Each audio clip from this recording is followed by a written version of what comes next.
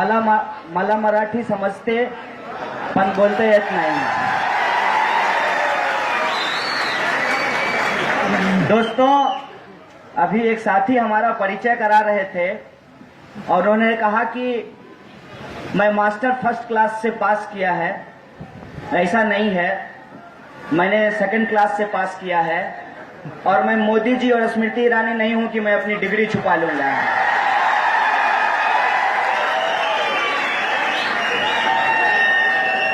तो मराठी मुझे थोड़ी थोड़ी समझ में आती है। एक लाइन जो मुझे बहुत अच्छे से मराठी पता है वो ये है, डॉक्टर बाबासाहेब भीमराव आंबेडकरांच्या, डॉक्टर बाबासाहेब भीमराव आंबेडकरांच्या। ये एक लाइन मराठी मुझे अच्छे से आती है। दोस्तों, आप सब लोग इतनी देर तक इस कार्यक्रम में यहां मौजूद हैं। मैं आपका क्रांतिकारी इस्तकबाल करता हूं, आपको जय भीम और लाल सलाम पेश करना चाहता हूं। दोस्तों, मेरे परिचय में एक बात और कहा जा रहा था कि देशद्रोही का आरोप लगा है। मैं सुन सुन के चट गया हूं। अब मान लीजिए एक मिनट के लिए इनकी आरोप पे ही चर्चा कर लेते हैं। चलिए भाई, आप आरोप लगाए हैं कि हम देशद्रोही हैं, तो एक सवाल का जवाब दीजिए। 56 इंच का प्रधानमंत्री आपका, माननीय राष्ट्रपति जी आपके, उपराष्ट्रपति आपका, 283 की सरकार आपकी, 18 राज्यों में सरकार आप चला रहे हैं, दिल्ली पुलिस आपकी, एलजी साहब दिल्ली के आपके, तो चार्जशीट क्यों नहीं फाइल कर रहे हो भाई? अगर मैंने कोई गलती की है, मान लेते हैं इनकी ही बात को, कितना बार बार सफाई देते रहिएगा? वैसे भी गंदे लोगों के सामने क्या सफाई कीजिएगा? तो मान लीजिए कि इनका आरोप सही है एक मिनट के लिए, तो यदि मैं देशद्रोही हूं और मैं घूम घूम करके महाराष्ट्र में सरकार इनकी, घूम घूम के यदि मैं भाषण दे रहा हूं और तुम्हारे कारनामों को उजागर कर रहा हूं, नहीं कुछ तो राजनीतिक दुश्मनी के लिए ही चार्जशीट फाइल करवा दो भाई। जानते हैं मसला क्या है? मसला यह है कि इनके पास कहने के लिए कुछ नहीं बचा है, करने के लिए इनके पास कुछ नहीं बचा है। तो ये चाहते हैं नेशनल और एंटी नेशनल के बीच में सारा बहस घूमता रहे। मैं कहता हूं कि मैंने कुछ गलत किया है, हालांकि मुझे जानने वाले लोग जानते हैं और यही बात वो कह रहे थे कि ऑल इंडिया स्टूडेंट फेडरेशन 1936 में बना और इस देश की आजादी के लिए अपनी जान दी, कुर्बानी दिया, कुर्बानियों का इतिहास लिखा। जो अंग्रेजों का दांत खट्टा करने वाला संगठन हो, जो भगत सिंह के विचारों पर अशफाक उल्लाह खां और बाबा साहब भीमराव अंबेडकर के झंडे को बुलंद करता हो, वो देशद्रोही कैसे हो सकता है? लेकिन मानिए कि इनका आरोप सही है, चलिए मुझे उठा करके फिर से जेल में डाल दीजिए, चार्जशीट डाल दीजिए। लेकिन क्या कीजिएगा, कोर्ट भी हमको बरी कर दे रही है, ये चार्जशीट डाल नहीं रहे हैं और यहां पुलिस वाले बैठे हुए हैं। तो मेरी पुलिस से बड़ी अच्छी जमती है। पता है क्यों? क्योंकि अक्सर आप ये सुनिएगा कि एक भ्रष्ट नेता जो होता है वो पूरी दुनिया का भ्रष्टाचार का बात करेगा और सारी जिम्मेवारी जो है नौकरी में काम कर रहे छोटे कांस्टेबल के कंधे पे डाल देगा। अब ये सवाल इनका कोई नहीं उठाता है कि कॉन्स्टिट्यूशन कहता है राइट टू यूनियनाइज, हर किसी को अपना संघ बनाने का अधिकार हमारा संविधान देता है, जिसकी प्रस्तावना हमने अभी पढ़ी थी। तो संघ बनाने का अधिकार पुलिस को क्यों नहीं है? पुलिस का यूनियन क्यों नहीं है? मैं ये सवाल पूछता हूं कि भाई साहब, आजकल अंडरवियर 120 रुपए में नहीं सिलता है, अन्ना मिलता है, इनको वर्दी सिलने के लिए 115 रुपया दिया जाता है। जो लाश होती है उस लाश को डिस्पोज करने के लिए, एक एक इंसान की लाश को डिस्पोज करने के लिए इनको 1400 रुपया दिया जाता है। अब मुझे बताइए कि 1400 रुपए में लकड़ी खरीद करके किसी इंसान को जलाना संभव है, तो फिर क्या करते हैं? ये बेचारे जो है अपने यहाँ के काम करने वाले 4th ग्रेड के कर्मचारी हैं, उनको पकड़ते हैं और लाशों को नदियों में फिकवा देते हैं। किसकी गलती है? दुनिया के अंदर जो दौलत की रेस लगाई गई है, उस रेस में यदि एसएचओ साहब कहेंगे कांस्टेबल को, और बताओ कितना मारे हो, तो कांस्टेबल कहेगा सर कुछ नहीं, आज तो कोई कमाई नहीं चल रहा है, बड़ा हालत खराब है, जीएसटी डिमोनेटाइजेशन आ गया है। कहेगा बकवास बंद करो और मेरा बेटा जो है उसके लिए एक मोबाइल खरीद करके लाओ। तो कांस्टेबल क्या करेगा? कांस्टेबल बेचारा आएगा सिग्नल पे, और आप यदि हेलमेट लगाए हैं तो पूछेगा कि आरसी कहाँ है। आप यदि आरसी दे देंगे तो कहेगा लाइसेंस कहाँ है। लाइसेंस दे देंगे तो कहेगा कि जूता क्यों नहीं पहने हो, शर्ट फुल पैंट के अंदर में क्यों नहीं डाले। आखिर उसमें कांस्टेबल की क्या गलती है? बात ऐसी नहीं है कि एसएचओ साहब ही जिम्मेवार हैं। अब एसएचओ साहब की पोस्टिंग ही इसी बात के लिए होती है कि हर थाने का रेट लगा हुआ है। जैसे आप सब्जी खरीदने के लिए जाते हैं तो टमाटर 200 रुपए किलो, सेब 250 रुपए किलो, जैसे रेट होता है उसी तरीके से थाने की भी रेट होती है, और उस रेट के आधार पर डीएसपी जो है एसएचओ साहब को बहाल करता है। अब डीएसपी जब एसएचओ साहब को बहाल करेगा तो एसएचओ साहब से पैसा डीएसपी लेगा, और ऐसा नहीं है कि सिर्फ डीएसपी ही पैसा खाता है। डीएसपी को पैसा डीसीपी को पहुंचाना पड़ता है, और डीसीपी साहब को पैसा डीजीपी को पहुंचाना चाहता है, और डीजीपी साहब चाय पीते हैं होम मिनिस्टर के साथ में। अब ये जो स्थिति है, इस स्थिति में मैं राजस्थान की बात कर रहा हूं, वसुंधरा राजे जी की सरकार है। पहली बार ऐसा हुआ है कि होम मिनिस्टर को राजस्थान पुलिस ने गार्ड ऑफ ऑनर देने से मना कर दिया। क्यों मना कर दिया? क्योंकि एक तो जब केंद्रीय वेतन आता है तो राज्य सरकार के जो कर्मचारी होते हैं वो हल्ला करते हैं, वो रोड पे आते हैं, हर बार रोड पे आते हैं कि हमारा जो है 7th पे कमीशन लागू कर दीजिए, हमारा 7th पे कमीशन लागू कर दीजिए, और बहुत हल्ला करने के बाद उसको लागू कर दिया जाता है। पहली बार हिंदुस्तान के इतिहास में ऐसा हुआ है कि 7th पे कमीशन लागू होने के बाद पैसा बढ़ करके नहीं, पैसा घट करके आया है। ये जो स्थिति है, इस स्थिति में जो खीरा चोर है उसको तो चोर कहा जाता है। कांस्टेबल को, एसएचओ को, क्लर्क को, बड़ा बाबू को, ब्लॉक में काम करने वाले को, बिजली डिपार्टमेंट में काम करने वाले को, रेलवे में काम करने वाले को तो आप चोर कहते हैं, क्योंकि इनको चोर कहना आसान है। लेकिन इनके द्वारा जो काम किया जाता है उसका जो असली सरदार है उसके सामने तो आप नेताजी नमस्कार करके खड़े हो जाते हैं। मुझे यह बताइए कि इजी केक खाना आसान होता है? नहीं, चाकू लिए काट करके खा लिए happy birthday to you. Cake बनाना आसान नहीं होता है। सिस्टम पे उंगली उठाना आसान होता है, सिस्टम को बदलना आसान नहीं होता है। और हमारे टीचर एक बार कहा करते थे, बेटा क्रांति सबको चाहिए, भगत सिंह सबको अच्छे लगते हैं, लेकिन कोई नहीं चाहता है कि हमारा बेटा भगत सिंह हो जाए।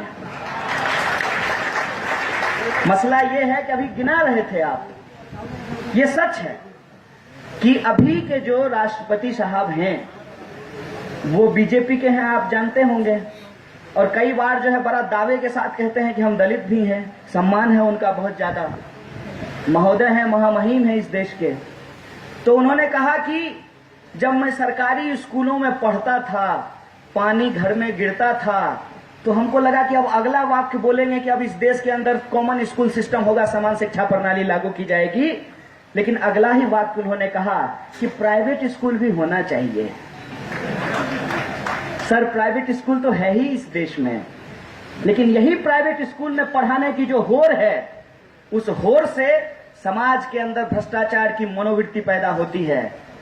भ्रष्टाचार अपने आप में कोई नीति नहीं है, निजीकरण की नीतियों से भ्रष्टाचार पैदा होता है, यह बात हमको समझना पड़ेगा। और जो निजीकरण की नीति है उसमें क्या होता है, अब डीसीपी साहब कभी ये चाहेंगे कि उनका बच्चा एसएचओ के बेटा के साथ पढ़े, उनकी बच्ची जो है वो एसएचओ के बेटा के साथ पढ़े, ऐसा चाहेंगे? नहीं, वो चाहेंगे कि हमारे बच्चे का एडमिशन कहां हो जाए, दून पब्लिक स्कूल में हो जाए।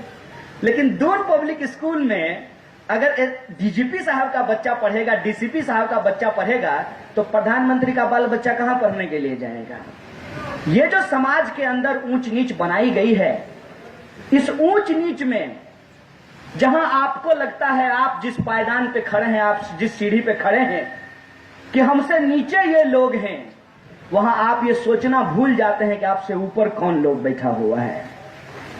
और ये जो ऊंच नीच की व्यवस्था है, इस ऊंच नीच की व्यवस्था पे जो लोग सवाल खड़ा करते हैं, जो लोग भगत सिंह के विचारों को और बाबा साहब भीमराव अंबेडकर के विचारों को इस समाज में लागू करना चाहते हैं, पड़ोसी के घर में भगत सिंह नहीं, खुद भगत सिंह बनना चाहते हैं, उनको प्रताड़ित करने की कोशिश की जा रही है। ऐसे माहौल में सच तो हर कोई जानता है कि कड़वा होता है। जब आप सच बोलेंगे तो उस सच के इर्द गिर्द कोई बहस नहीं खड़ा हो, उस सच के दूर जाकर के कोई बहस खड़ा किया जाए। इसीलिए ये राष्ट्रवाद बनाम गैर राष्ट्रवाद या देशभक्त बनाम देशद्रोही, नेशनल वर्सेस एंटी नेशनल का डिस्कोर्स खड़ा किया गया है। और यह सवाल सुन करके मैं अब परेशान नहीं होता हूं। अब तो उमा भारती को भी हम अच्छा लगने लगे हैं। धन्यवाद मैडम जी। कल को हो सकता है कि भाजपा के दूसरे मंत्री भी कह दें कि नहीं, बड़ा अच्छा लड़का है। लेकिन उनको एक बात मैं कह देना चाहता हूं, ना आपके अच्छे का सर्टिफिकेट चाहिए, ना आपके बुरे कहने से हम रुकने वाले हैं। ये बात मैं आपको कह देना चाहता हूं। हमारी लड़ाई सिद्धांतों की लड़ाई है, हमारी लड़ाई विचारधारात्मक लड़ाई है। और यह लड़ाई सिर्फ भाषणों में नहीं, हमारे जीवन के एक एक क्रियाकलापों में परिलक्षित होने वाला है। इस बात को आप जान लीजिए। अभी बेगूसराय जिले में मैं नासिक का इतिहास पढ़ रहा था। नासिक में भी कुंभ लगता है, हमारे यहां भी एक कुंभ लगा दिया गया। कुंभ लगने के बाद कुछ मासूमों की जान चली गई। मैं उनके प्रति अपनी संवेदना व्यक्त करता हूं। इसी सब चीज के बीच हमारे यहाँ के जो वर्तमान सांसद हैं, उन्होंने कहा कि नहीं, कन्हैया बड़ा अच्छा लड़का था, उसको देशद्रोही नहीं कहना चाहिए। भाजपा की मीटिंग थी, आपस में एक दूसरे पे जूता चप्पल चलाने लगे। अब ये बहस हमारी महफिल से उठ करके उनकी महफिल में चली गई है। और एक गाना आप लोग सुने होंगे, अब मेरी हिम्मत की चर्चा गैर की महफिल में है, सरफरोशी की तमन्ना अब हमारे दिल में है, देखना है जोर कितना बाजुएं कातिल में है। दोस्तों, मैं एक बहस में गया था बेंगलोर। एक साहब कह रहे थे कि स्टूडेंट पॉलिटिक्स कुछ और होता है, रियल पॉलिटिक्स कुछ और होता है। उसी साहब ने कहा कि आप जो भी कर रहे हो, लेकिन जब तक आप चुनाव जीत करके नहीं आते हैं, तब तक इस पॉलिटिक्स का और इस एक्टिविज्म का कोई मतलब नहीं है। उनकी बात एक स्तर तक सही हो सकती है, लेकिन ये महाराष्ट्र की धरती है, एक से एक महान लोग यहां पैदा हुए हैं। इसी धरती पे, नासिक की धरती पे मंदिर प्रवेश का आंदोलन बाबा साहब भीमराव अंबेडकर ने चलाया था। बाबा साहब बखूबी जानते थे इस बात को कि मंदिर जाने से कुछ होने वाला नहीं है। और उसी आंदोलन के बाद उन्होंने साफ साफ कहा था, हिंदू धर्म में पैदा हुए हैं, हिंदू होकर के मरेंगे नहीं। लेकिन उन्होंने मंदिर प्रवेश के अधिकार का संघर्ष क्यों किया? इसलिए किया कि मंदिर जाएंगे कि मस्जिद जाएंगे, गुरुद्वारे में बैठेंगे कि गिरजाघर जाएंगे, कि हमको गुरु नानक को याद की पूजा करनी है, यीशु मसीह की इबादत करनी है, अल्लाह को नमाज अदा करना है, कि जय श्री राम कहना है, ये हमारी मर्जी है, हम पे कोई कुछ थोप नहीं सकता है। ये उस अधिकार की लड़ाई थी। हम मानते हैं कि हमारे लोकतंत्र में बहुत सारी खामियां हैं। हम मानते हैं कि हमारे लोकतंत्र को मजबूत करने की जरूरत है। हम मानते हैं कि स्टूडेंट पॉलिटिक्स से समाज नहीं बदल जाता है। लेकिन एक बात बताइए कि अगर परिवार जीवन की पहली पाठशाला होती है, तो परिवार में यदि इंसान को राजनीतिक समझ की शिक्षा न दी जाए, तो इंसान गैर राजनीतिक होगा। और जो इंसान गैर राजनीतिक होगा वो गैर सैद्धांतिक होगा। और गैर सैद्धांतिक इंसान नहीं होते हैं, वो मशीन होते हैं। इस बात को समझ लीजिएगा। तो ये जो इंसानियत की समझ है, उस इंसानियत की समझ को पैदा करने के लिए विद्यालय और विश्वविद्यालय बने हैं। और इस विद्यालय और विश्वविद्यालय में जानबूझ करके स्टूडेंट पॉलिटिक्स को खत्म किया गया है। और स्टूडेंट पॉलिटिक्स को क्यों खत्म किया गया है? स्टूडेंट पॉलिटिक्स को इसलिए खत्म किया गया है कि भाई भतीजावाद सिर्फ बॉलीवुड में नहीं होता है। देखते होंगे आजकल senior Bachchan, junior Bachchan, senior Roshan, junior Roshan, है? आपके बगल में तो मुंबई है, आप तो जाते आते रहते होंगे। तो भाई भतीजावाद किसी एक क्षेत्र में नहीं होता है। वो एकेडमिक्स में होता है, वो नौकरियों में होता है, वो राजनीति में होता है, आपके जीवन से जुड़े हुए हर पहलू में होता है। और इस भाई भतीजावाद के चलते क्या होता है? भाई भतीजावाद के चलते समानता का अवसर, जिसकी बात संविधान की प्रस्तावना में की गई है, उस अवसर को समाप्त कर दिया जाता है। और उस अवसर को कुछ लोग यदि तोड़ करके, लड़ करके, झगड़ करके उस अवसर को प्राप्त करते हैं तो उसको हीरो की तरह प्रस्तुत किया जाता है। लेकिन इस सवाल को नजरअंदाज कर दिया जाता है कि आखिर वो तमाम लोग जो आज भी अवसर नहीं मिलने के चलते भटक रहे हैं, उनके हक और अधिकार की लड़ाई कैसी लड़ी जाएगी? उनके हक और अधिकार की लड़ाई जन आंदोलनों से लड़ी जाएगी, सामाजिक आंदोलनों से लड़ी जाएगी। यह बात हमको समझना होगा। कितने महेंद्र सिंह धोनी हैं, कितने ट्यूबवेल पंप चलाने वाले ऑपरेटर हैं जिनके बच्चे क्रिकेटर बन पाते हैं, कितने विराट कोहली हैं, कितने रोहित वेमुला हो पाते हैं, कितने लोग जेएनयू पहुंच पाते हैं। ये मुट्ठी भर लोग हैं।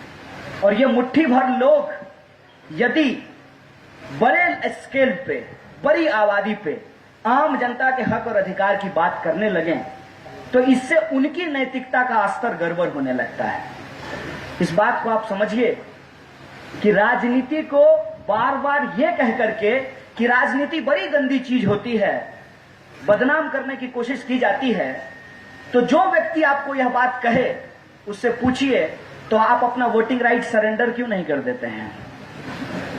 आप अपनी नागरिकता सरेंडर क्यों नहीं कर देते हैं? भारत एक राज्य है। और यह बात मैं नहीं कह रहा हूं, हमारे देश के संविधान का जो पहला आर्टिकल है वो क्या कहता है? भारत राज्यों का संघ है। तो माने वो संघ नहीं है मोहन भागवत जी वाला है। भारत राज्यों का संघ है। और जब भारत राज्यों का संघ है तो राज्य एक राजनीतिक अवधारणा है। और राज्य जब एक राजनीतिक अवधारणा है तो उस राजनीतिक अवधारणा में इकोनॉमिक्स भी शामिल है, अर्थव्यवस्था भी शामिल है, उसमें संस्कृति भी शामिल है, उसमें हमारा इतिहास भी शामिल है, उसमें विज्ञान की भी बात की गई है, उसमें तमाम तरीके की चीजों को समेटने की कोशिश की गई है। इसीलिए जब आप हिंदुस्तान के अंदर अपने एक छोटे से सवाल को लेकर के आवाज को बुलंद करते हैं, वो आवाज एक राजनीतिक सवाल बन जाता है। और मैंने वो गाना आप लोग सुने ना, आप करें तो रास लीला, हम करें तो करेक्टर ढीला वाला, तो सुने हैं ना गाना? हमारे उपराष्ट्रपति साहब उस समय उपराष्ट्रपति नहीं थे, उन्होंने कहा कि विद्यार्थियों को राजनीति नहीं करना चाहिए। अब खुद राजनीति करके, विद्यार्थियों का राजनीति करके अभी उपराष्ट्रपति बन गए हैं। मैंने इसको समझिए, अपनी राजनीतिक चेतना को समझना कितना जरूरी है। मैं ये नहीं कहता हूं कि आप सीधे तौर पे राजनीति कीजिए, क्योंकि इस पे मेरा बिल्कुल स्पष्ट मत है। स्पष्ट मत ये है कि आपका प्रोफेशन हो सकता है कि आप पुलिस हो, आप मीडिया के साथी हो, आप शिक्षक हो, आप विद्यार्थी हो, आप मजदूर हो, आप किसान हो, आप घरेलू महिला हो, आप कामकाजी महिला हो, आपका पेशा कुछ भी हो सकता है, लेकिन राजनीति आपकी पेशा नहीं होनी चाहिए। राजनीति आपका सरोकार होना चाहिए। इस बात को आप समझिए, क्योंकि राजनीति यदि आपका पेशा हो जाएगा, इसको समझिए, तो जिस पैसे के होड़ में हमारे बेचारे पुलिसकर्मी फंस जाते हैं, हमारे फुल टाइमर भी उसमें फंस जाते हैं। क्योंकि उनको लगता है कि मेरे साथ पढ़ा हुआ लड़का, मेरे बैच का ही अपॉइंटमेंट का लड़का एसएचओ बन गया है और हम अभी सब इंस्पेक्टर बन करके ही घूम रहे हैं। तो उनको रास्ता क्या नजर आता है? उनको रास्ता ये नजर आता है कि ऑफिसर साहब को घूस दे करके अच्छी पोस्टिंग ले लेते हैं, 1-2 एनकाउंटर हो जाएगा, अखबार में फोटो निकल जाएगा, उसके बाद हमारा प्रमोशन हो जाएगा। उसी तरीके से होल टाइमर को भी लगता है कि मैंने इतनी पढ़ाई की है, चलो जीवन में कुछ नहीं किया है तो कम से कम चंदा के पैसा से बच्चा को प्राइवेट स्कूल में ही पढ़ा लेते हैं। यह जो चोरी की परंपरा है, इस परंपरा में हम आप सब शामिल हैं। और हम आप सब कैसे शामिल होते हैं? क्योंकि समाज की नैतिकता, उसका नैतिक मूल्य यदि बेईमानी पे आधारित हो जाए तो हम सबको बेईमान बनाने की कोशिश की जाती है। और यह जो बेईमानी का धंधा है, याद रखिएगा, जो खीरा चुरा रहा है वो चोर होगा, जो हीरा चुरा रहा है उसको कोई चोर कहने वाला नहीं है। इसीलिए जब नोटबंदी हुई तो नोटबंदी के बाद जिन लोगों ने नोटबंदी के खिलाफ सवाल उठाया उनको चोर कह दिया गया। मैं ये सवाल पूछना चाहता हूं कि एसबीआई के बाहर 100 से ज्यादा लोगों ने जो अपनी जान दी है, क्या वो चोर हैं? यदि वो चोर हैं तो विजय माल्या कौन सदाचारी है? यह सवाल सरकार से पूछना चाहिए। यह जो परिस्थिति समाज के अंदर आज पैदा की गई है, जहां आपको बेईमानी की उस होर में शामिल करा दिया जाता है और कहा जाता है कि भ्रष्टाचार सबसे बड़ा मुद्दा है। हो सकता है माननीय प्रधानमंत्री जी की भ्रष्टाचार सबसे बड़ा मुद्दा हो, और हमको आपकी बातों पे पूरा भरोसा है। जब आपने कहा था कि हम एक भी भ्रष्टाचारी को नहीं छोड़ेंगे, एक एक करके सारे भ्रष्टाचारियों को आपने भाजपा में शामिल करा लिया है। कितना बवाल हुआ था कि मुकुल राय ने जो है ये घोटाला, वो घोटाला, चीट फंड, शारदा स्कैम, पता नहीं क्या क्या चला था। अब आजकल मुकुल राय साहब भाजपा के गणमान्य नेता हैं। और इसके साथ साथ आप लोगों को एक और घोटाला याद होगा, 2G मतलब वही दूर संचार वाला घोटाला। दूर संचार घोटाला के अगर कोई एपी सेंटर इस देश में रहे हैं तो माननीय सुखराम जी रहे हैं, जिनके सुपुत्र को आजकल भाजपा में कारपेट बिछा करके शामिल कराया जा रहा है। आखिर मसला क्या है? मसला यह है, मैं समझता हूं, इसको समझिए कि एक बार हम अपने एक दलित जो चिंतक भी हैं और कार्यकर्ता भी हैं, उन्होंने एक अलग तरह की बात कही और मैं उसको आज समझने की कोशिश कर रहा हूं। जब मैं देख रहा हूं कि अगर आप इधर हैं तो भ्रष्ट हैं, उधर जाते ही आप सदाचारी हो जाते हैं, आप राष्ट्रहित के कार्य में शामिल हो जाते हैं। तो उसके बाद उन्होंने मुझे एक बात कही, तो उन्होंने कहा कि यदि इस देश में करप्शन नहीं होता तो आम लोगों का काम नहीं होता। तो मैं इस बात को समझ नहीं पा रहा था कि वो कहना क्या चाहते थे।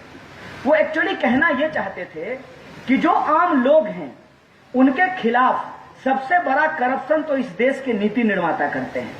नीति निर्माता कैसे करते हैं कि मान लीजिए ये सामने वाली सड़क किसी कंपनी को बनाने के लिए ठेका पे दे दिया गया। कंपनी ने वो सड़क बनाई और यहाँ पे एक टोल प्लाजा लगा दिया और तब तक टोल प्लाजा वसूलता रहता है जब तक कि उससे 50 गुना कमाई ना कर ले। और इसका एक छोटा सा हिस्सा नौकरशाही को दे देता है, जो लोकल थाना होगा उसको दे देगा, जो अधिकारी होंगे उसको दे देगा, और जो नेता होंगे, अब इत्तेफाक से NHI के मंत्री भी महाराष्ट्र के ही हैं, उनको दे देगा। उसके बाद वो जनता से टोल वसूलता रहेगा और इस पे कोई जनता सवाल नहीं उठाती है। कहने का मतलब यह है कि जो नीतियों का भ्रष्टाचार होता है वो सबसे बड़ा भ्रष्टाचार होता है।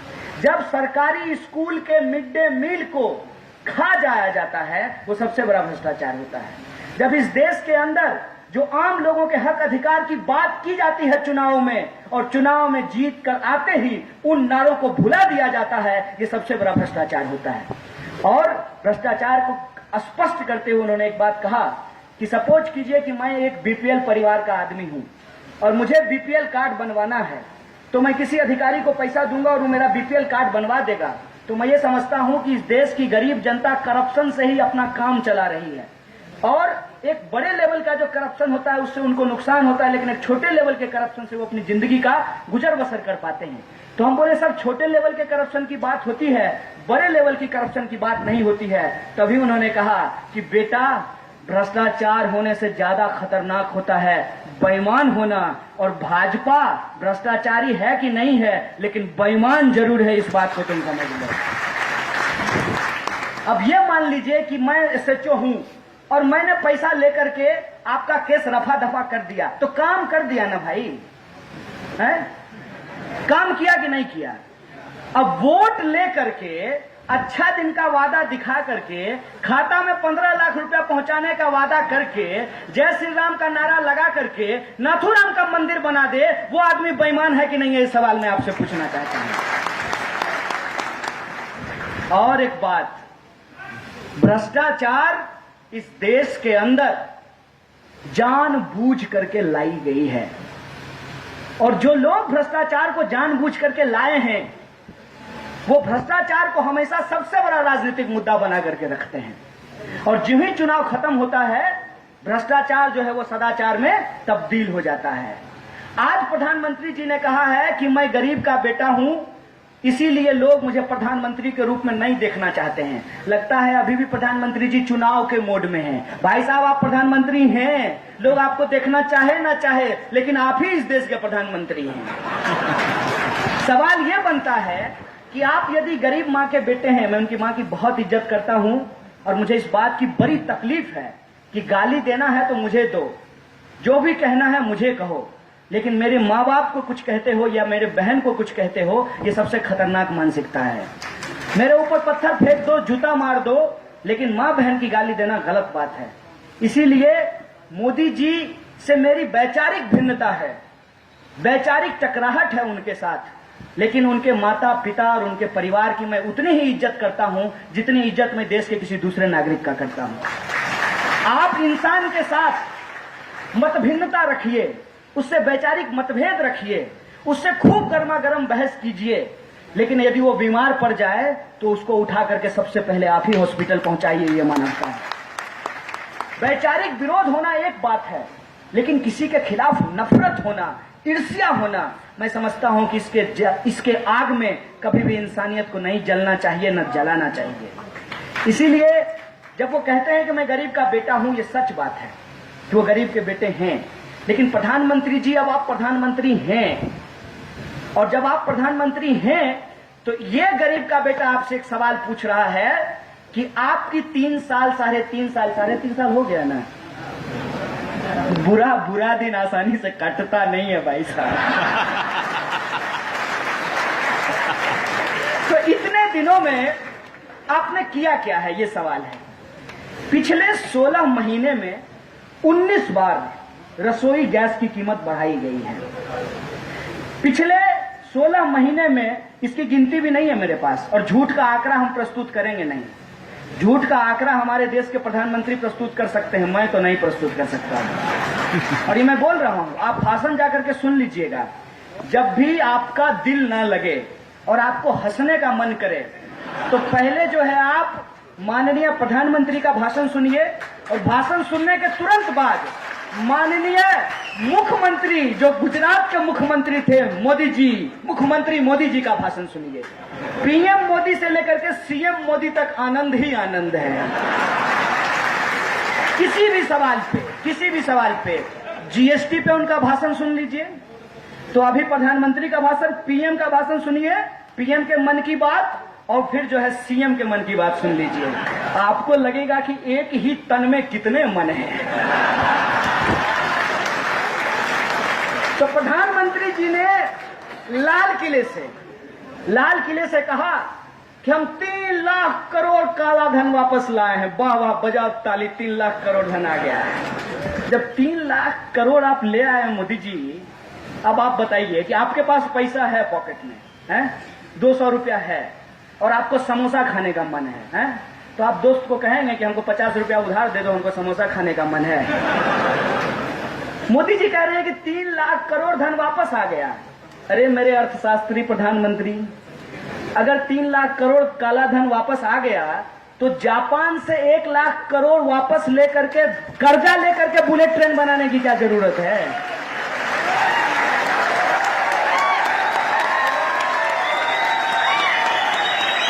बुद्धि की बलिहारी है, और बुद्धि जब जरूरत से ज्यादा इस्तेमाल किया जाता है तो बेकार हो जाता है। भरे हुए घड़े में यदि आप पानी डालेंगे तो पानी क्या हो जाएगा? बाहर गिर जाएगा। तो इतनी बुद्धि इनके पास है, इतना ज्ञान इनके पास है, और इतना ये बोलते हैं कि उन बातों का ही यदि आप ठीक से विश्लेषण कर लें तो आपको सच्चाई पता चल जाएगी। मोटा मोटा बात कीजिए, आपको समझ में आएगा, बाकी छोड़ दीजिए, बाकी वो बहुत कुछ बोलते हैं। मोटा मोटा बात कीजिए कि जब आप बाजार जाते हैं तो क्या आपको महंगाई महसूस होती है कि नहीं होती है? आपके महसूस होने से क्या होता है? आप तो एंटी मोदी हैं। जो मोदी भक्त हैं, हालांकि मैं उनको भक्त नहीं मानता हूं, क्योंकि भक्त तो भगवान के होते हैं ना, शैतान की भी भक्ति होती है क्या? तो जो उनके समर्थक हैं, उस समर्थक को आप पूछिए कि चलो हम तो एंटी मोदी हैं यार, क्या करोगे, तुम्हारी नजर में एंटी नेशनल भी हैं, हमारे लिए तो महंगाई है, तुम्हारे लिए क्या है, अच्छा दिन है क्या जब टमाटर 200 रुपए किलो मिल रहा है? ये सवाल पूछिएगा। ये भी सवाल पूछिएगा उनसे कि जीएसटी आने के बाद बरखुरदार तुम्हारा क्या है हाल? जीएसटी आने के बाद बरखुरदार क्या है तुम्हारा हाल? ये सवाल उनसे पूछिएगा। और मैं कह रहा हूं कि ये दोनों नीतियां, डिमोनेटाइजेशन और जीएसटी, इस देश के जो छोटे मंझोले उद्योगपति, व्यापारी, किसान, मजदूर और इस देश की मेहनत कश आवाम को पूरे तरीके से तबाह करने के लिए लाया गया है। इसका उदाहरण मैं आपको देता हूं। पहले क्या कहा गया कि 500 और 1000 का नोट बेकार हो गया है, जल्दी से आप बैंक खाते में जमा कर दीजिए। लोग इमीडिएटली बिना सोचे समझे कि भाई हमारे पास तो काला धन नहीं है, हम क्यों परेशान हो रहे हैं, लोग तुरंत जो है अपना काला धन जमा करके गुलाबी धन प्राप्त करने के लिए लाइन में लग गए। अरे 2000 का नोट गुलाबी रंग का ही है ना, तो गुलाबी धन लेने के लिए लोग लाइन में लग गए। मेरी बड़ी संवेदना है उन बैंक कर्मचारियों के प्रति जिनको ओवर टाइम करने के चलते जान देना पड़ा, उन आम लोगों के प्रति जिनको लाइन में लग करके अपनी जान गंवानी पड़ी। कुछ लोग तो इससे उनको वो मतलब सदमे में चले गए कि अब हमारे पास जो 50,000 रुपया है ये बदलेगा कि नहीं बदलेगा। अरे भाई साहब, जब लोगों का 9,000 करोड़ रुपया बदल गया तो आपका 50,000 क्यों नहीं बदलेगा? लेकिन लोग पैनिक हो गए। पैनिक एक्चुअली उनको किया गया, इसलिए किया गया कि जो पैसा कैश सिस्टम से बाहर था उसको बैंकिंग सिस्टम में और कैश सिस्टम में दोबारा लाना था। और यह पैसा इसलिए लाना था कि जो बड़े बड़े व्यापारी हैं, अभी फिर से एक नया आंकड़ा आया है, अंबानी जी फिर से देश के सबसे बड़े पूंजीपति हैं। अरे जिसके पीठ पे प्रधानमंत्री का हाथ और जिसके पीठ पे उनका हाथ, उनका क्या साथ, उनका ही साथ, उनका ही विकास, क्या कर लीजिएगा। तो विकास हुआ है बहुत बढ़िया। और इस कैश सिस्टम में पैसा लाने का कारण यह था कि इस देश के अंदर जो कैश का प्रॉब्लम हो रहा है और जो फिनेंस कैपिटल है उसको जो क्राइसिस हो रही है उसको बेल आउट पैकेज दिया जा सके। अब बेल आउट पैकेज का मतलब यह होता है कि सपोज कीजिए कि कोई दुकानदार आपके यहां धंधा करने के लिए आया और सामान, मान लीजिए ये टोपी है, इस टोपी को हमारे यहाँ तो लोग गांधी टोपी कहते हैं, आपके यहाँ चंदू टोपी कहते हैं। कितना डाइवर्स है हमारा देश। हालांकि गांधी कभी टोपी लगाया नहीं, नेहरू टोपी लगाया करते थे, नाम गांधी टोपी था। मान लीजिए ये टोपी है, इसकी लागत 2 रुपए है, इसको बाजार में 10 रुपए में बेचा गया और वो 8 रुपए आराम से मुनाफा कमा रहा था। कुछ दिन के बाद उसने जाकर के जो आपके नगर पालिका के अध्यक्ष थे उनको जाकर के कहा कि देखिए चेयरमैन साहब, आपको चुनाव में हम बहुत पैसा खिलाए हैं और आप खूब दारू बांट करके जो है आप चुनाव जीते हैं, तो आप हमारे लिए कानून बनाइए। तो कैसा कानून? आप ये कानून बनाइए कि लोग हमारे यहाँ से अनिवार्यतः टोपी तो खरीदेंगे ही खरीदेंगे, साथ में उनको 2 रुपया हमको दुकान को और सुंदर बनाने के लिए योगदान देना पड़ेगा। अब चेयरमैन साहब को अगली बार भी चुनाव जीतना है, क्योंकि अगली बार भी उनको उसी से चंदा लेना है। तो चेयरमैन साहब ने ये जो है कानून बना दिया। होता यह है कि इस देश के जो पूंजीपति हैं उनको जब तथाकथित तौर पे कोई नुकसान होता नहीं है, तो मैंने राजनीति एक ऐसा धंधा है जिसमें नुकसान होता ही नहीं है। तथाकथित तौर पे उनको जो नुकसान होता है उस नुकसान की भरपाई जनता के टैक्स के पैसे से की जाती है। उसी को बेल आउट पैकेज कहते हैं ये लोग। अमेरिका में बड़ी बड़ी कंपनी लुट गई, लेहमैन ब्रदर बर्बाद हो गया, उसको 60,000 अरब डॉलर का जो है बेल आउट पैकेज दिया गया था। मतलब क्या है? मतलब ये है कि नोट उनका, वोट आपका, कानून की गद्दी पे बैठे हैं वो आपके द्वारा और कानून बना रहे हैं वो उनके लिए। ये जो सत्ता का तंत्र है इसको हमको समझना पड़ेगा। और उसमें आपको कहा जाएगा कि आप अपने रसोई गैस का सब्सिडी छोड़ दीजिए और ये बात किस देश के पूंजीपतियों को नहीं कही जाएगी कि आप अपना बेल आउट पैकेज छोड़ दीजिए। उल्टे उनके लिए क्या किया जाएगा? उल्टे उनके लिए कर्ज की माफी की जाएगी। अब कर्ज की माफी की बात करता हूं तो फिर से नासिक याद आता है। यही वो धरती है जहां सबसे पहले किसानों ने कहा कि कर्जा नहीं देंगे कर्जा, क्योंकि तुम्हारे लिए अनाज पैदा करते हैं, और जब हम अन्नदाता हैं तो अगर हमारे ऊपर कर्ज है तो ये कर्ज हमारा नहीं है, ये समाज का कर्ज है, इसलिए सरकार को पे करना चाहिए। किसानों की कर्ज माफी करने के लिए हमारे पास पैसा नहीं है। गरीब विद्यार्थी को पढ़ाने के लिए हमारे पास विद्यालय और विश्वविद्यालय नहीं है। गरीब लोगों का इलाज हो सके उसके लिए हमारे पास हॉस्पिटल नहीं है। गरीब लोग चल सकें ऐसी कोई ट्रेन नहीं लाई जा रही है साहब, जिसपे इस देश का आम इंसान यात्रा कर पाए। ये जो सवाल हैं, इन सवालों पे जनता एकजुट हो और एक मुकम्मल लड़ाई लड़ी जाए, और यह लड़ाई इस तिरंगा को बचाने की लड़ाई हो। इसमें बात लाल सलाम और जय भीम की नहीं है। अभी मैं दत्ता देशमुख जी के कार्यक्रम से आ रहा हूं। दत्ता देशमुख साहब जब विधायक थे, उनके साथ एक और विधायक थे, उन्होंने 52 में बाबा साहब भीमराव अंबेडकर को वोट किया था, और उनके वोट करने के चलते बाबा साहब भीमराव अंबेडकर राज्यसभा पहुंचे थे। और यह बात बार बार बोली जाती है कि लेफ्ट और अंबेडकराइट की दोस्ती नहीं हो सकती है। अरे आप मत कीजिए ना। जो लोग एकेडमिक्स में बैठे हैं, जिनको राउंड टेबल डिस्कशन करना है, चाहे वो तथाकथित मार्क्सवादी हो या अंबेडकरवादी हो, आप अपना अपना कुर्सी अलग रखिए, कोई दिक्कत नहीं है। जय भीम और लाल सलाम की एकता, किसानों के कर्ज माफी के सवाल पे, मजदूरों को उनको मिनिमम वेज दिलाने के लिए, और इस देश की जो तथा कथित दलित जनता है, जो कि जनता है, जो दलित नहीं है, जिसको बराबरी का अधिकार दिया गया है, उसके आत्मसम्मान पे सड़कों पे ये जय भीम लाल सलाम की यूनिटी जनता बना करके लाएगी। ये सवाल मैं आपको कहना चाहता हूं। आप बैठे रहिए, इतिहास उठा करके देख लीजिए। और बाबा साहब भीमराव अंबेडकर ने यह बात बहुत जोर दे करके कहा है कि जिनको इतिहास की समझ नहीं होती है, जो पीढ़ी अपना इतिहास नहीं समझती है, इतिहास उनको भुला देता है और वो कभी इतिहास नहीं बना पाते हैं। इसीलिए मैं ये बात कह रहा हूं कि ये एकता संघर्षों में बनती है, और उस एकता को संघर्षों में बनाने की जरूरत है। कन्हैया कुमार से आपको दिक्कत हो सकती है, लाल झंडा के किसी नेता से आपकी दिक्कत हो सकती है। हो सकता है कि आप डांगे साहब और बाबा साहब भीमराव अंबेडकर के बीच में कुछ बहस को ढूंढ करके ला पाते हैं। अब डांगे साहब भी तो इधर के ही थे ना, और बाबा साहब भीमराव अंबेडकर जो है आंदोलन भी यहीं से शुरू किए थे। तो आप सिर्फ और सिर्फ असमानता को ढूंढ के मत निकालिए, क्योंकि असमानता पे राजनीति करने वाले वो मनुवादी लोग हैं, वो सावरकर के लोग हैं। यदि आप अंबेडकर के लोग हैं तो आपको समानता की बात करनी पड़ेगी, आपको असमानता की बात करने की जरूरत नहीं है। और अभी संभाजी महाराज गाना गा रहे थे, जो गाना ये महाराष्ट्र में गाते हैं वही गाना हम लोग जेएनयू में गाते हैं। बात सिर्फ राजनीतिक एकता की नहीं है, बात सिर्फ आंदोलनों की एकता की नहीं है, बात सांस्कृतिक एकता की भी है। और इस सांस्कृतिक एकता में जो हम कहते हैं वो समानता की बात है, जो हम कहते हैं वो लोगों की बात है, जो वो कहते हैं वो असमानता की बात है, और वो इतिहास को भुलाने की बात है।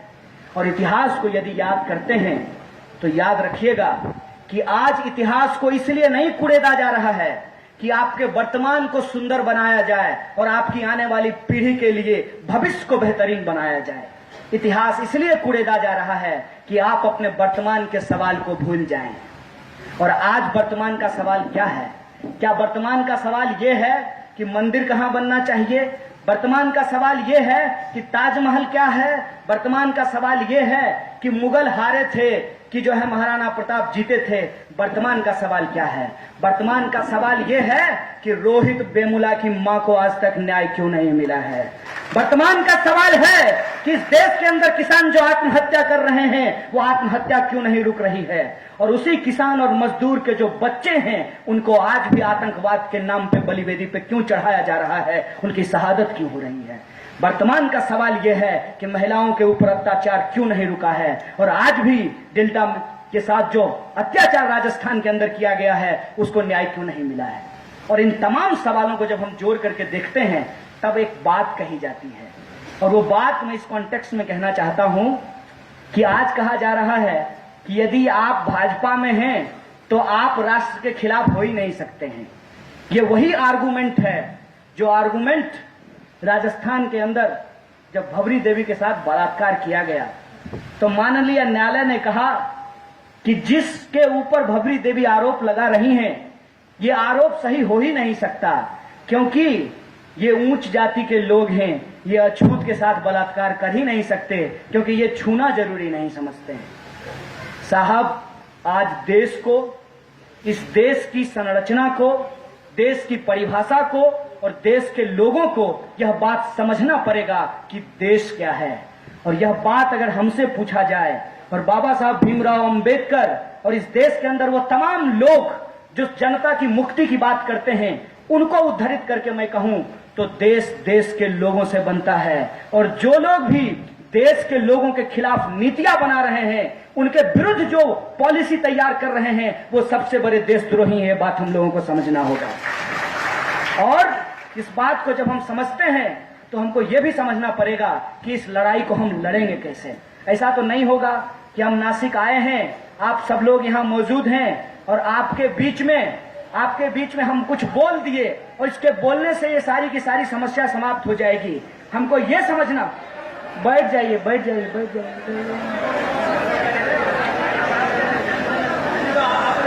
हम लोग बहुत शांत आदमी हैं, बैठ जाइए, एकदम आराम से बैठ जाइए। देखिए, तोड़ फोड़ करना, मारपीट करना, हल्ला बवाल करना, और कहते हैं ना कि अब्दुल्ला की शादी में क्या है, बेगाने की शादी में अब्दुल्ला दीवाना है। ये काम हमारा नहीं है, ये काम हमारा नहीं है। हमारा काम है चीजों को पढ़ना, आपके टैक्स के पैसे से पढ़ते हैं, चीजों को समझना, समझ करके सवाल खड़ा करना और उन सवालों पे संघर्ष करना। इसलिए हमको अपनी नीति बहुत अच्छे तरीके से पता है। जो उछल कूद रहे हैं उनको जवाब हमने दे दिया है। कि मैं गया था संगनेर, वहां पे कहा कि कुछ लोग आए थे और बोले क्या कि इसके ऊपर ये देशद्रोही है। मैंने आरोप की तो बात ही छोड़ दीजिए। मैं मुझसे बोले ना मोदी जी मैं ही विकास हूं, तो आजकल ये लोग जो है प्रमाण पत्र लेकर के घूमते हैं कि मैं ही अदालत हूं। अरे भाई, तुम अदालत नहीं हो, अदालत अपनी जगह पे है। तो उनको हमने एक चीज पूछा कि अगली बार जब वो आपको संगनेर के बाजार में मिले तो उनसे पूछिएगा कि बीजेपी का वाइस प्रेसिडेंट वहीं का है। तो मेरे सामने प्रोटेस्ट करने की बजाय भाजपा के वाइस प्रेसिडेंट के घर के सामने ये प्रोटेस्ट नहीं कर सकते हैं कि अभी तक जो है चार्जशीट क्यों नहीं फाइल किए हो। हम बोले थे ना कि कांस्टेबल को चोर कहना आसान है, कन्हैया कुमार को देशद्रोही कह देना बहुत आसान है। हिम्मत है तो जो गरीबों के खिलाफ रसोई गैस का दाम बढ़ाया गया है, एक एक भ्रष्टाचारियों को जो भाजपा में शामिल कराया गया है, उस पे एक फेसबुक पोस्ट लिख करके दिखाओ, तुम्हारा प्रधानमंत्री तुमको वापस जेल में डाल देगा। ये चैलेंज मैं तुमसे करता हूं। सच बोलने की हिम्मत होनी चाहिए। और अभी तो बोले हैं ना शिवराज सिंह आकर के, जब व्यापम से उनका नाम हटाया गया कि सांच को आंच नहीं। मोदी जी भी बोले थे सत्यमेव जयते, तो कम से कम मेरे ऊपर नहीं तो शिवराज सिंह चौहान पे तो भरोसा कर लो यार। मैं ये सवाल बार बार पूछ रहा हूं कि हमारे सवालों का जवाब दो, और हमारे ऊपर अगर कोई गैर कानूनी होने का आरोप है तो कानून को निर्बाध तरीके से अपना काम करने दो। और हमको तुम पे नहीं, तुम्हारी सरकार पे नहीं, बाबा साहब भीमराव अंबेडकर की विरासत और इस देश के संविधान पे भरोसा है। इस देश की आम जनता पे भरोसा है कि आप झूठ बोल सकते हैं। झूठ बोल करके आप थोड़ी देर के लिए लोगों को गुमराह कर सकते हैं, लेकिन याद रखिएगा कि आम के पेड़ के नीचे बबूल बोलने से आम जो है वो बबूल में तब्दील नहीं हो जाता है। यहाँ नासिक में अंगूर की खेती होती है ना, जाकर के किसी दिन ट्राई कर लेना, अंगूर के जो है लता के नीचे खड़ा होकर के बोलना कि सेब है सेब है सेब है, और 100 बार बोलना और देखना कि अंगूर सेब हो जाता है। तुमसे हमको कोई प्रमाण पत्र नहीं चाहिए। हम जो सवाल उठा रहे हैं उस सवालों को समझो, और यह सवाल सिर्फ हमारा सवाल नहीं है, यह सवाल इस देश का सवाल है। कि इस देश के अंदर जो बेरोजगारी है उनको जो 2 करोड़ रोजगार प्रतिवर्ष देने की बात की गई है वो रोजगार क्यों नहीं दिया गया है? क्यों एक एक करके जो सरकारी शिक्षण संस्थान है उसको बर्बाद किए जा रहे हैं? इन सवालों को पूछो। क्यों महंगाई बढ़ रही है? क्यों भ्रष्टाचार के आरोप में जो छोटे लेवल के कर्मचारी हैं उनको प्रताड़ित किया जा रहा है और बड़े बड़े भ्रष्टाचारियों को मंत्री बनाया जा रहा है? ये सवाल पूछो। और ये भी सवाल अपने आप से पूछना कि जब दिल करे सिर्फ मेरे मन की बात मत सुनो, अपने दिल की बात करने की जब भी इच्छा हो, संवाद की बात करने की जब भी इच्छा हो, तो आमने सामने बैठ करके इस देश के धर्म पे, हिंदू धर्म पे, इस्लाम पे, हिंदुत्व पे, राष्ट्र पे, देश पे जब जी चाहे हमसे बहस कर लेना। या तो तुम मेरे तर्कों को मान लो या मेरे तर्कों को मैं तुम्हारे तर्कों को मान करके जो सच होगा उस रास्ते पे निकल पड़ेंगे। ये सवाल मैं तुमसे कहना चाहता हूं। सच में और बहस में ताकत होनी चाहिए। मैं ये सवाल बार बार उठाता हूं, एक बुनियादी सी सवाल कि क्या इस देश के अंदर पढ़ने लिखने वाले नौजवानों को अपने हक और अधिकार का सवाल उठाने का हक है कि नहीं है? ये बात मैं पूछना चाहता हूं। कितने दिनों तक तुम पानसारे, दाभोलकर और कुलवर्गी और गौरी लंकेश जैसे लोगों की आवाज को दबाते रहोगे? यह आवाज दबाई नहीं जाती है। और संस्कृति और धर्म की ही बात कर लें तो मैंने बार बार कहा है कि जो तुम लेकर के घूम रहे हो वो प्रतीक भी तुम्हारे नहीं हैं। यह शिवाजी महाराज की धरती है। अभी जब मैं उनको माला चढ़ा रहा था तो एक बात मुझे याद आ रही थी। शिवाजी कौन होता है किताब डॉक्टर पानसारे साहब ने लिखा है, और शिवाजी के डिटेल में जब हम जाते हैं तो यह बात हम जानते हैं कि शिवाजी जी का जब राज्याभिषेक का मसला आया था तो यहाँ के जो तथाकथित ब्राह्मण हैं उन्होंने उनको राज्याभिषेक करने से मना कर दिया था। और दूसरी बात, तुम विवेकानंद की बात करते हो। विवेकानंद जब धर्म संसद में बात रखने के लिए गए थे तो शंकराचार्य ने उनको हिंदू का सर्टिफिकेट देने से मना कर दिया था। फिर एक बौद्ध भिक्षु ने उनको बौद्ध होने का सर्टिफिकेट दिया था, तब वो हिंदू धर्म पे भाषण देकर के आए थे। इतिहास को खंगालो मेरे दोस्त, और इतिहास को जानने और समझने का प्रयास करो कि इतिहास को आज जिस तरीके से तोड़ा और मरोड़ा जा रहा है उसकी साजिश यह है कि हमारे वर्तमान के सवालों को गुमराह किया जा रहा है। राम के नाम पे जो नाथुराम की मंदिर बनाई जा रही है, इस राजनीति को समझो मेरे दोस्त। ये आग लगाने की राजनीति है, नफरत की आग में लोगों को जलाने की राजनीति है। हम मोहब्बत के रास्ते पे चलने वाले लोग हैं, हम देश को जोड़ने वाले लोग हैं। इसीलिए मैं बात में कह रहा हूं कि सिर्फ बात कर लेने से कुछ होने वाला नहीं है।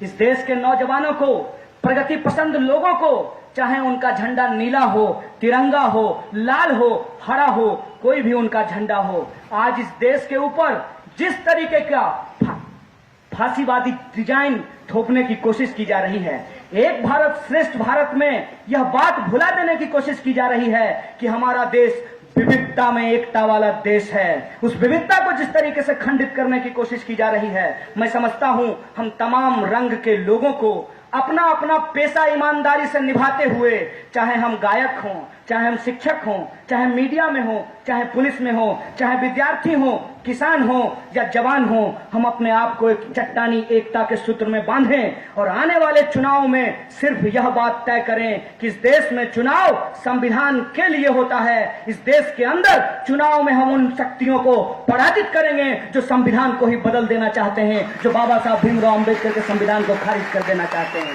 इसीलिए दोस्तों, यह जो यूनाइटेड फ्रंट की बात है, जिसमें हम तमाम लोगों को अपनी जो भिन्नता है, जो हमारी मत भिन्नता है, उसको भुला करके एकजुट होना चाहिए। क्योंकि मत भिन्नता का यदि आप बात उठाएंगे तो बाबा साहब भीमराव अम्बेडकर का जयपाल मुंडा के साथ संविधान सभा में बहुत तगड़ी डिबेट हुई थी। बहुत ऐसे सवाल हुए हैं जहां पे पेरियार और बाबा साहब भीमराव अम्बेडकर का भी डिबेट हुआ है। वो सवाल भी है जहां अपने आप को मार्क्सवादी कहने वाले और अम्बेडकरवादी कहने वालों के बीच में डिबेट हुआ है। वो ऐसा सवाल दिखता है जहां आपका कांग्रेस और दूसरे लेफ्ट पार्टियों के बीच में भी डिवीजन होगा। लेकिन मैं कहता हूं कि ये डिवीजन और ये मत भिन्नता इतनी बड़ी नहीं होनी चाहिए कि आपके सामने इंसानियत का कत्ल होता रहे और आप अपना अपना मत पकड़ करके बैठे रहें। इसीलिए आज हमको एकता के सूत्र में अपने आप को पिरोने और बांधने की जरूरत है। और मन की बात तो वो भी कर रहे हैं, काम की बात में, संघर्ष की बात में हमको मैदान जंग में उतरना है। इन्हीं शब्दों के साथ आप तमाम लोगों का शुक्रिया अदा करते अपनी बात को खत्म करना चाहता हूं। शुक्रिया। इनकलाब जिंदाबाद, हमारी एकता जिंदाबाद।